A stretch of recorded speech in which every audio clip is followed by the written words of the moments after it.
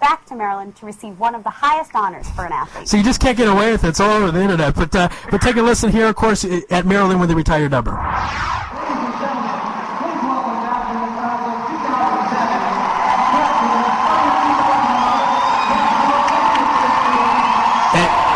Love the Maryland capacity crowd there cheering you and having your number retired. I hate to sound like a dork and be the typical media guy, but what did that mean to you?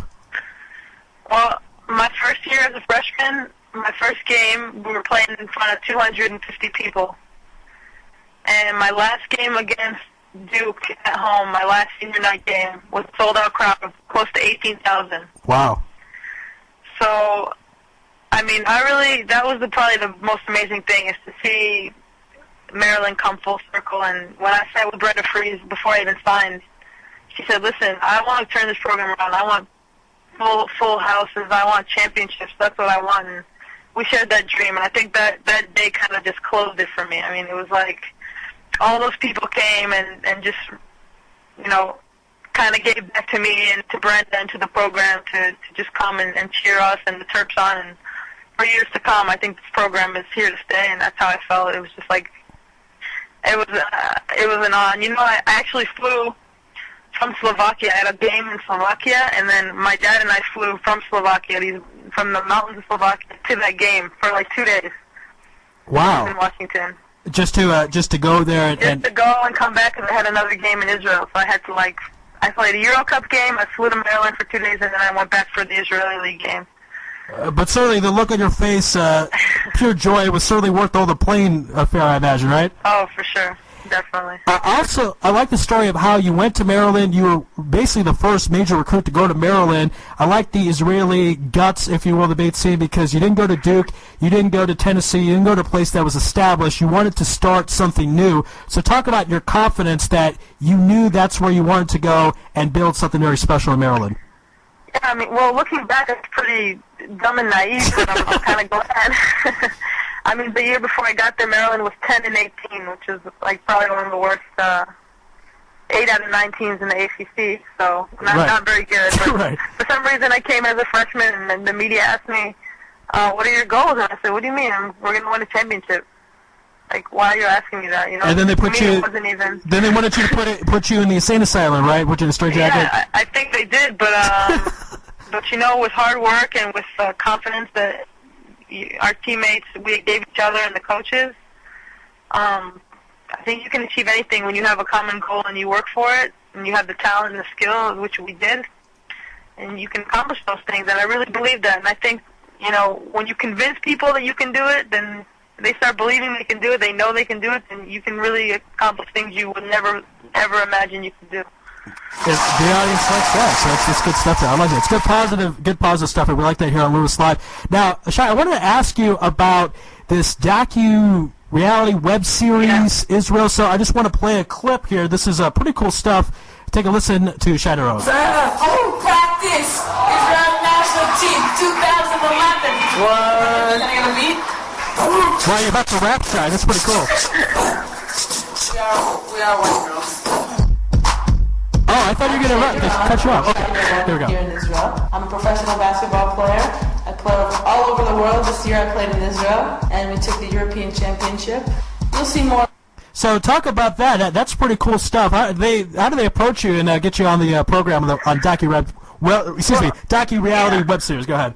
Well, one of my best friends, who's in the University of Tel Aviv, she's enrolled in that. She's involved in this project, and she said, "Hey, you want to do this project?" And I said, "Well, first of all, for you, I'd do anything, but I really think it's for a good cause," and automatically felt like it was going to be a great thing. So I said yes. I took a video camera around with me for 2 months, and I videotaped my whole life, every moment, whether through the national team and my vacation in Amsterdam, everything, to show people, what Israelis are all about and what life in Israel is all about. And you said it's for charity, you said? It's a completely, it's a non-profit, okay. And the whole point is really just to show the world how big of a misconception they have about Israel and Israelis. And it's a TV series that every week is going to be a new topic and a new series, and it's on Israel2011.com. Not Israel, Israel, R-E-A-L.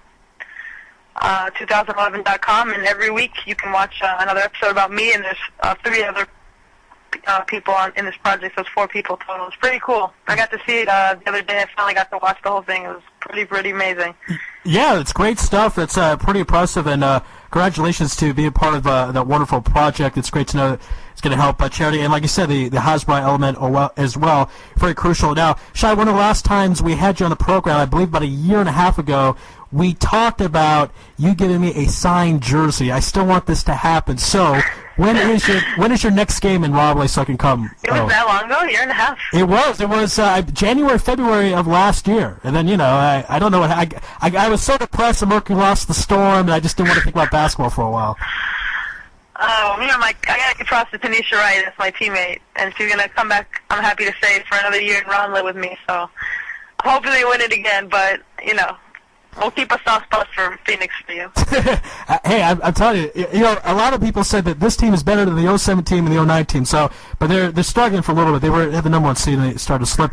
But now, let me tell you the problem about the jersey. Okay. This is the problem. Okay. The team always tells you at the end of the year, don't give the jersey away to the fans. But in Raleigh, the fans storm the court, and they literally rip off your jersey, and your shorts. I end up usually, every time I'm in Raleigh, I end up, in tights and a sports bra. I give away everything. And even my shoes. They take off my shoes. So you're going to have to come to the finals. You're going to have to come. Oh, I could do that. But that means you guys have to be in the finals, of course. We're going to have to be in the finals. Now, when would that be, by the way? When would the finals be? Next April. Next April. Okay. Oh, yeah. Wow. I got to be patient, but all right. You're going to have to be patient, yeah. I mean, what? Wow, they're taking your shoes and stuff. Wow, that's They took my shoes. Yeah. Well, you study criminal justice and stuff. Can't you sense when the criminals are coming trying to take your shoes? Listen, I'm telling you, it's 2,000 fans coming at you. There's nowhere to run. Well, you just get naked as quickly as possible, and then they just disperse and get other people's stuff. And next thing you know, there's Shay Doron shoes on eBay, and you're just like, hey, those are my shoes, and you try to get them back and buy them, and it's I've yet to see that, but when I graduated Maryland, I did I auctioned off all of my stuff for breast cancer. All the proceeds went to breast cancer. We managed to sell over $8,000 worth of gear, and people were very generous, and all the money went to the Breast Cancer Association. So it was really, really, really cool. So I'm hoping people, do the right thing with the shoes at least. You got to wear them. You got to stop being selfish, Shay. All this charity stuff. I mean, it's too much, You got to calm down. It was really a great cause. I was very happy about that. No, that's good stuff. Some crazy person bought my shoes for one shoe for $250. Wow. I can't believe that. Yeah. It wasn't even a pair of high heels. It was sneakers. It was just some Maryland sneakers. Yep. All right, one last question here before we let you go. Obviously, I want everyone to come out and see you play in person. How do they even go about doing that? Go to the Raleigh website? Can they? I don't want them to stalk you. Let's not do anything crazy, kids out there. But what's the best way they can see Shay Doron, the Israeli legend, play in person? Oh, wow. Well, Raleigh basketball, I'm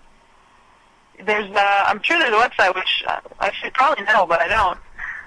Usually on Sofal or One, Nicolas.coil, there's the schedule for the whole Women's Basketball League. Entry is free, and the more the merrier. We play twice a week. We play in Europe, and we play in Israeli League, so it's Mondays and Thursdays are the games. And every other week we're in Europe, so it's 1 week in Israel, 1 week in Europe. So, but there's a lot of opportunities, and I really, really hope people come one time because I really think they're going to fall in love. We have a really great team this year. Now, I could come before the final in April, right? I mean, I could. And you could, but I couldn't give you my jersey. I would love for you to come to all the games. The jersey can only come after the end of the season. I might have to cancel one of my shows and come out and or do a live show at the game. Oh, I like that. Oh, that's a good idea. There you go. And actually, sorry, I lied. This will be the last question. How does it feel to be better than Omri Caspi? Oh man, first of all, I really, really, really think he's amazing as a person, as a player. I really have nothing bad to say about him. Come on, that's not fun. All right, but you can still say you're a better basketball player. I'm not saying a human being. I mean, you might be better too, but I mean, you know, it's a basketball player. You know, it's so hard with the guys and the girls. He's so much taller than me. I don't even think I'd see the basket over him. You're now you are 5'9", correct? I'm 5'9", yeah. All right, good. Still 3 inches taller than me. But anyways, hey, Dynamite comes in small packages. Shay Doron, thank you so much for being on Lewis Live tonight. Great pleasure. I loved every minute of it. Thank you for having me. We'll see you in a year and a half, right? No, I'll come before that. You know, maybe later. And actually, maybe I'll come after the Mercury win their 3rd title in 5 years. You mean the Storm win 2nd 3 years, right? No, that's not happening. Laurie Jackson is injured, and she's not going to be the same when she comes back. You're not the same. There's no way. There's no way without her. Yeah, with that, Super's great, but you know, Laurie Jackson's all-world player. But. Yeah. We'll see. Time will tell. Shay, again, thanks so much. Shay Doron, not Shay Doron, Shay Doron on Lewis Live. Thanks again for being on the program tonight. Thank you. All right, that was Shay Doron, Israeli basketball legend. That was a lot of fun. We'll take a quick commercial break, go over a story or two, then bring on Jim Williams at 11 o'clock. We'll be back after this.